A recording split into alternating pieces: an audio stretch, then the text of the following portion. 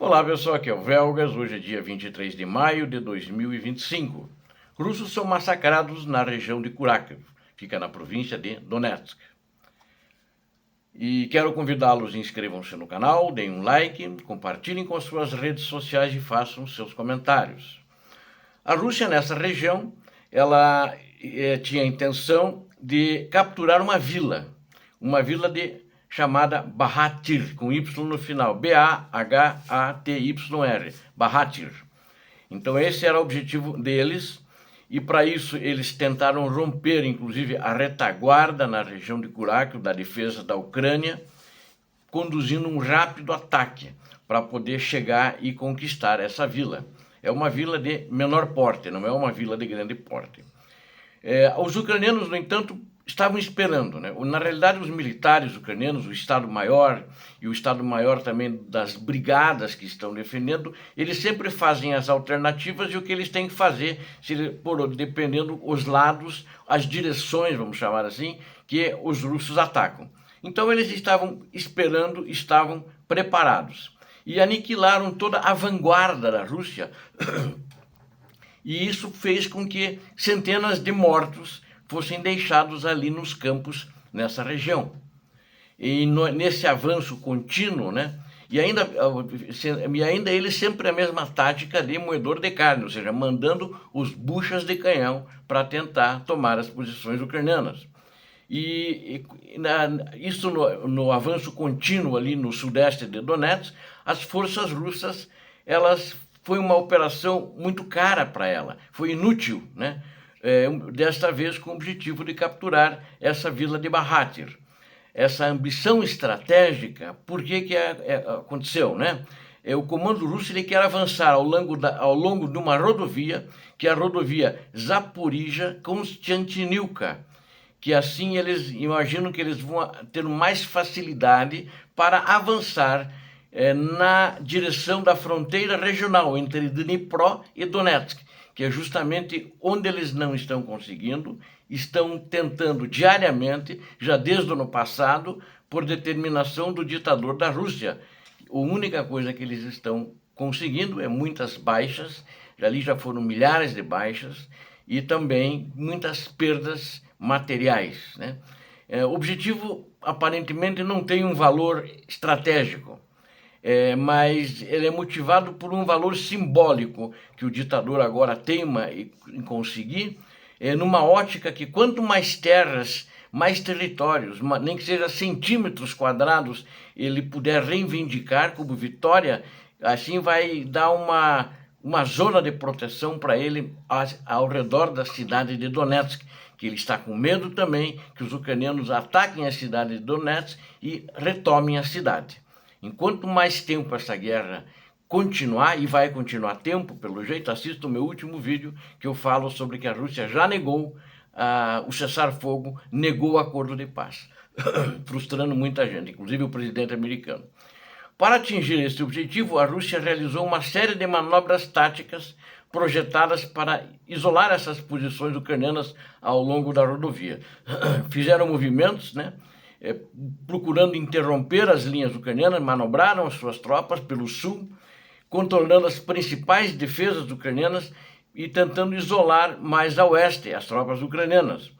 No entanto, esse padrão a Ucrânia já conhecia, eles já tentaram outras vezes, eles tentaram em Udachne, depois em Ulak, e então uma tentativa de avanço em direção a Konstantinopel, envolvendo esforços de flanco, né, ou seja, flanco pelos lados, com o objetivo de comprimir a logística ucraniana e forçar retiradas escalonadas. Bahatyr tornou-se o mais recente ponto focal desse ataque maciço e crescente. Operacionalmente, a Rússia tentava atacar essa localidade com uma combinação de táticas de investidas, inclusive com motocicletas e quadriciclos, um número muito grande. Esses ataques rápidos, eles visavam justamente os flancos, tidos pelos russos como mais desguarnecidos, e usavam estradas rurais da vila com a intenção de se infiltrar em áreas residenciais, ocupar porões e aumentar o efetivo para disputar o controle da localidade. Taticamente, esse tipo de ataque depende de velocidade e choque, pegando aqueles que estão na defesa, no caso a Ucrânia, desprevenidos, antes que os reforços possam responder. Mas as forças ucranianas já estavam prontas para isso. Parece que estavam esperando. Daqui a pouco eles receberam a informação. Isso não foi comentado, mas podem até ter recebido a informação. E o resultado do serviço de inteligência ucraniano, que é muito ativo. Eu diria hoje, em termos no teatro de operações, ele eu acho que é um dos melhores do mundo. E o resultado foi um desastre para a Rússia, no que só pode ser descrito desculpem,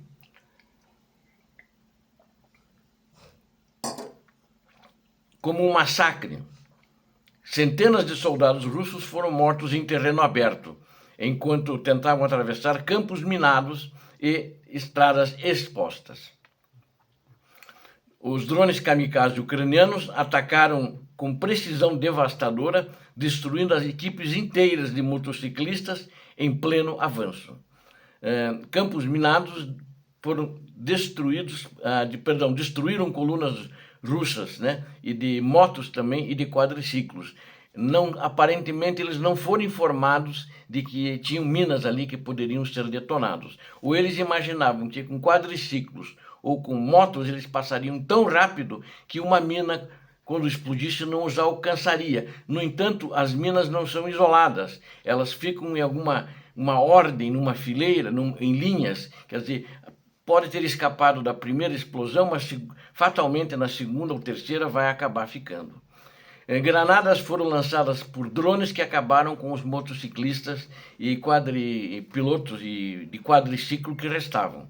E aí foram vistos muitos corpos, destroços russos se espalhavam pelos acessos a essa vila e transformando essa tentativa de ataque num banho de sangue na realidade, por inabilidade e incompetência da estratégia usada pela Rússia no ataque, mesmo as táticas, né? O ataque nem sequer atingiu o objetivo inicial e a maior parte da força ela foi aniquilada antes de chegar a qualquer abrigo próximo à vila ou dentro da vila. Alguns soldados russos conseguiram se infiltrar em partes de Bakhmut durante movimentos noturnos, e eles conseguiram fazer isso. Agora, quando isso aconteceu, as forças especiais ucranianas, elas lançaram operações de limpeza imediata, ou seja, os caras conseguiram, se estabeleceram lá, e o exército ucraniano, através das forças especiais, foram lá para fazer uma limpeza na área, né? Eles viram que tinha alguém que se infiltrou. E justamente isso é projetado para impedir que as forças russas acabem se consolidando dentro da vila. Então eles foram lá, fizeram essa limpeza do terreno, fazendo prisioneiros ou eliminando aqueles que davam combate às tropas ucranianas.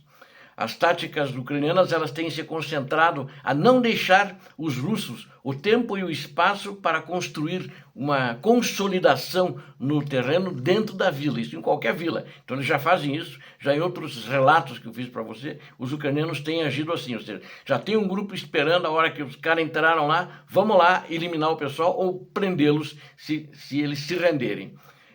Se não forem controladas, mesmo pequenas unidades de infiltração russas podem se tornar um perigo, porque elas podem se tornar um ponto de apoio capaz de atrair mais forças russas e exercer pressões de retaguarda sobre as linhas ucranianas. Então, a Ucrânia rapidamente foi lá e eliminou o perigo. Os contra-ataques se mostraram bem-sucedidos da Ucrânia e, ao final, os ucranianos garantiram que a vila estivesse 95% livre da presença inimiga. 95% porque é um número que foi dado enquanto eles estavam fazendo a limpeza do terreno, assegurando que a posição defensiva ucraniana tinha sido mantida, intacta, sem perder terreno. Então, manter essa vila é vital e foi vital. E assim conseguiram impedir que a Rússia tivesse ganhos, né, a não ser aqueles ganhos que eles têm falando mentiras através das suas redes sociais, através dos jornais, através dos seus propagandistas com a famosa desinformação. E os ataques dos russos foram muito fracos, considerando assim, né? Eles não conseguiram avançar e, no geral, o ataque imprudente da Rússia à vila de Bakhmut não resultou em nada além de perdas. Obrigado a vocês que assistiram a esse vídeo, conto com vocês, inscrevam-se no canal, deem um like. compartilhe com as suas redes sociais e façam os seus comentários. Conto com você inscrito no canal, porque aqui você viu a verdade. Muito obrigado. Deus abençoe a todos vocês, Deus abençoe a Ucrânia, Deus abençoe o Brasil. Paz e bem, paz para toda a humanidade.